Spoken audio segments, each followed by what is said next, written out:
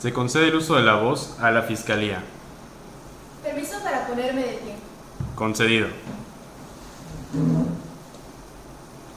Señor juez, esta Fiscalía solicita se dicte auto de vinculación a proceso en contra de Raquel Castillo Padilla, en virtud de que se han actualizado los requisitos necesarios para ello, previsto en el artículo 19 constitucional y en el artículo 316 del Código Nacional de Procedimientos Penales, toda vez que a Raquel Castillo Padilla primero se le ha formulado imputación donde se le informó sobre el desarrollo de una investigación en su contra respecto del deceso de Alejandro Campos Rodríguez y su probable participación en la comisión del delito de homicidio calificado, previsto en el artículo 302, 315 y 316 en su fracción segunda, todos del Código Penal Federal.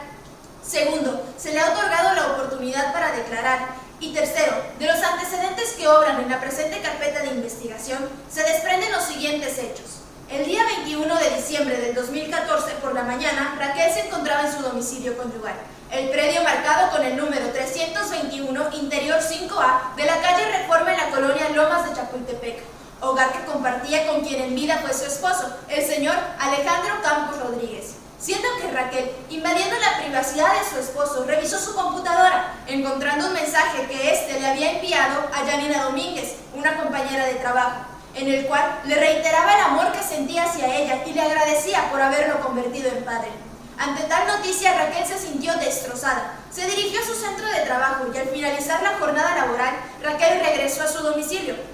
Alejandro aún no se encontraba ahí, pero cuando éste llegó, Raquel le comenzó a gritar y a reclamar que la estaba engañando con otra mujer. Raquel, entre sus celos, su ira y desenfreno, se abalanzó violentamente sobre Alejandro, quien, en un intento de separarla, la empujó y se retiró de la habitación. Momentos después, Alejandro quiso conciliar el conflicto que había surgido entre él y su esposa, por lo que regresó al lugar donde Raquel se encontraba. Sin embargo, Raquel ya se había armado con un cuchillo que tomó de la cocina y se lo clavó en dos ocasiones, primero en la zona del tórax y segundo en la zona lumbar, perforándole los pulmones, provocándole hemorragias internas y posteriormente privando de la vida a Alejandro Campos Rodríguez. Es por esto, su señoría, que la Fiscalía califica los hechos y el actuar de Raquel Castillo Padilla en el supuesto de homicidio calificado, previsto en el artículo 302, 315 y 316 en su fracción segunda del Código Penal Federal, en relación con su artículo 9, párrafo primero y sancionado por el artículo 320 del ya referido ordenamiento, toda vez que efectivamente existió una privación a la vida, siendo la víctima Alejandro Campos Rodríguez, misma privación que derivó de una herida en la zona del tórax provocada con un arma cortopunzante, tal y como se determina en el examen de necropsia realizado por el doctor Miguel Valeriano, siendo que Raquel, por decisión propia y mediante actividad, se apoderó de un cuchillo que estaba en la cocina y se lo clavó en dos ocasiones a Alejandro Campos Rodríguez, perforándole los pulmones, provocándole hemorragias internas y posteriormente privándolo de la vida. Aunado a que Raquel tenía el pleno conocimiento de que dicha actividad constituía en el delito de homicidio calificado, lo anterior en virtud de que Raquel es egresada de la licenciatura de Derecho por la Universidad Autónoma de México y actualmente labora como secretaria de acuerdos en una sala del Tribunal de Justicia de la Ciudad de México. Señor juez, debido a que no se han actualizado ninguna de las causas de extinción de la acción penal establecidas en el artículo 485 del Código Nacional de Procedimientos Penales, ni ninguna de las causas de exclusión previstas en el artículo 15 del Código Penal Federal, esta Fiscalía solicita se dicte auto de vinculación a proceso en contra de Raquel Castillo Padilla por el delito de homicidio calificado perpetrado en contra de Alejandro Campos Rodríguez. Es cuanto. ¿La defensa tiene algo que manifestar? Sí, señor juez. Permiso para levantarme. Concedido. Gracias. Señor juez, esta defensa solicita se dicte auto de no vinculación a proceso en favor de mi defendida, la ciudadana Raquel Castillo Padilla. Esto en virtud de que en el referido código se establece a la vez en el artículo 316, fracción cuarta, que uno de los requisitos indispensables para vincular a proceso es que no existan causas excluyentes de delito. Señor juez, de los datos de prueba que obran en la carpeta de investigación se desprenden los elementos suficientes para certificar la existencia del excluyente contemplado en el artículo 15, fracción cuarta del Código Penal Federal, el cual es que el resultado típico se dé por obrar en legítima defensa. Esto en virtud de que de los testimonios contenidos en la carpeta de investigación se desprende que el día 21 de diciembre del 2014 en el domicilio de mi defendida, en la calle Reforma número 321-5A de la Ciudad de México, Raquel Castillo Padilla, después de ir a trabajar y tras haberse enterado de la noticia de que su exmarido, quien en vida respondiera al nombre de Alejandro Campos, había embarazado a Janina Domínguez, Raquel regresa a su casa con el único propósito de despejar su mente del hecho del cual se había enterado. Momentos después, Alejandro llega al predio y es entonces que Raquel le expresa a este que ya se había enterado de todo, haciendo alusión de manera exclusiva al embarazo de Janina. Momentos después, empieza una discusión entre ambos sujetos en donde Alejandro, de manera déspota, le contesta a Raquel que el único problema era precisamente ella. Acto seguido, Alejandro comienza a bofetearla y la arroja hacia el suelo, provocando que ésta sufra un golpe muy fuerte en la cadera. Obviamente, con el afán de proteger su integridad corporal, Raquel huye hacia la cocina. Sin embargo, Alejandro, después de un rato, la persigue y es en este momento que la sigue golpeando, ocasionándole un peligro implícito para con su vida con los consecutivos golpes que éste le proporcionaba. Y es entonces que en un momento dado, Raquel, con un cuchillo en mano, lo apuñala con el único propósito de repeler la agresión inminente de la cual estaba siendo víctima. Señor juez, una vez relatados los hechos, esta defensa considera que esta situación perfecciona en efecto la legítima defensa, toda vez que en el artículo 15, su fracción cuarta del Código Penal Federal se estipula muy claro que la principal característica de esta excluyente es que el resultado se dé por repeler una agresión real, actual o inminente y sin derecho en protección de bienes jurídicos propios, siempre que haya la necesidad de la defensa y la racionalidad de los medios empleados. Si bien es cierto, Raquel no cumple con este último supuesto de la racionalidad, contamos con que la Suprema Corte de Justicia de la Nación ha publicado en el Semanario Judicial en tesis aislada que este último supuesto puede prescindir siempre y cuando exista la condición de peligro implícito y que el homicidio sea efectuado dentro del domicilio de la persona que goce actualmente de dicha presunción. Y para certificar que esta situación y su resultado fueron en efecto en la actualización de los supuestos anteriormente expresados, se cuenta con los siguientes datos de prueba. En primer lugar, la evaluación socioambiental que se le realizó a Raquel, aunada al informe del ingeniero Miguel Higadera, perito en criminalística de campo, de los cuales constatan que efectivamente fue en el domicilio de Raquel Castillo en donde sucedieron los hechos. En segundo lugar, del informe médico realizado a Raquel, producido por el doctor Ricardo Martín, se desprende que efectivamente mi defendida sufrió una serie de lesiones en el antebrazo y muslo izquierdo, una equimosis en la cadera, entumecimiento y dificultad para respirar, lo que certifica fehacientemente que mi defendida sufrió una agresión real e inminente. Por otra parte, contamos con los testimonios de Raquel y de Cristal Fernández, testimonios de los cuales se desprende que Laura Oxiso no era la primera vez que maltrataba y golpeaba a mi defendida, toda vez que el 18 de noviembre Raquel fue acompañada por Cristal por una serie de golpes que Alejandro le había efectuado, situación que consolida en efecto el comportamiento constante y agresivo que tenía Alejandro hacia Raquel.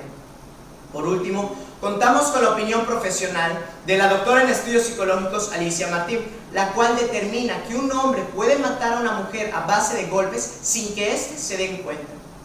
Señor juez, por esta situación antes expresada, esta defensa considera que la Fiscalía no ha cubierto cabalmente los requisitos procesales para solicitar la vinculación a proceso, y en virtud de esto se reitera la petición inicial de que se dicte auto de no vinculación a proceso en favor de Raquel Castillo Padilla y sea puesta en libertad de manera inmediata. ¿Es cuándo? ¿La Fiscalía tiene algo que manifestar? Sí, solicito permiso para abrir el debate de las medidas cautelares. Concedido.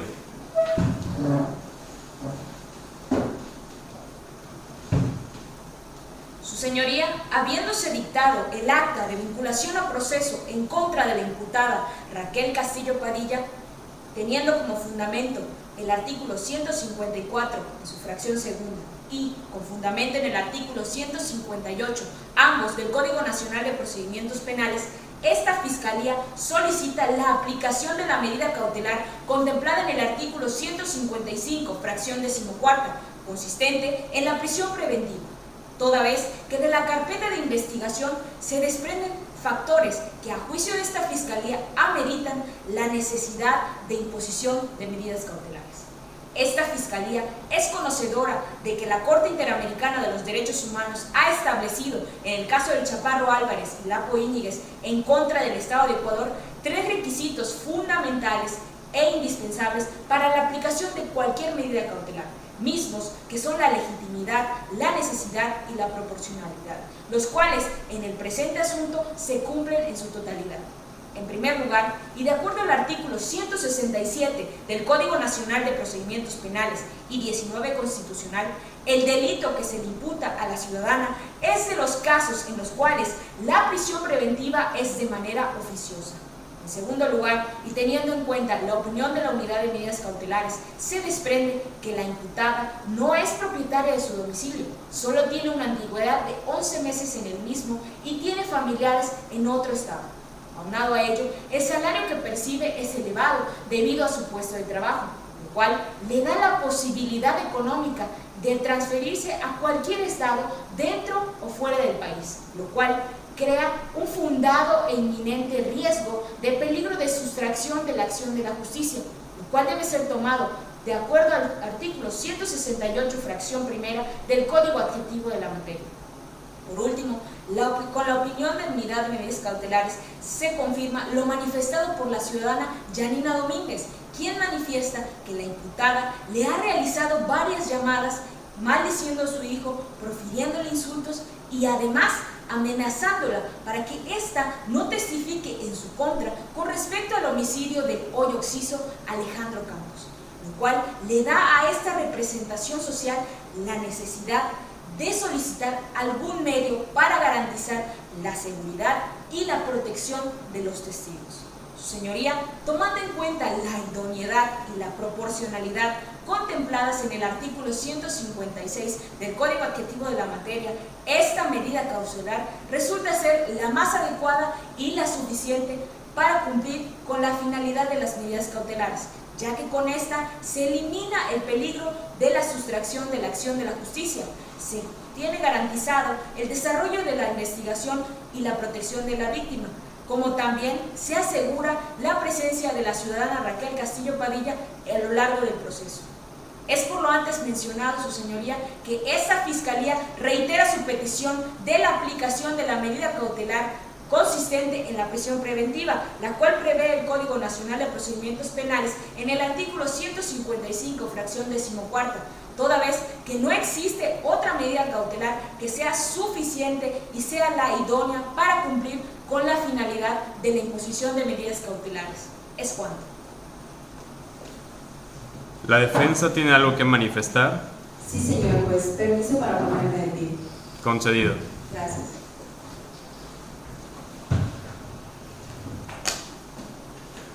Señor juez, esta defensa considera excesiva y desproporcional la medida cautelar solicitada por la Fiscalía, toda vez que de los motivos expuestos por el Ministerio Público no se acreditan las causas de procedencia previstos en el artículo 167 del Código Nacional de Procedimientos Penales, ni se respeta el principio de excepcionalidad de esta medida, de manera que el peligro de la sustracción de la acción de la justicia es infundado, ya que la señora Raquel cuenta con arraigo en esta ciudad. Su domicilio se ubica en la calle Reforma, número 321-5A, Lomas de Chapultepec, México, Distrito Federal. Ha sido servidora pública por varios años. Se desempeña como secretaria de acuerdos en el Tribunal Superior de Justicia. Y a su vez, en el relato de los hechos de la señora Cristal Fernández se advierte que la imputada tuvo la posibilidad de huir, sin embargo no lo hizo. Por lo contrario, solicitó ayuda y esperó asistencia policíaca en el lugar de los hechos. Si bien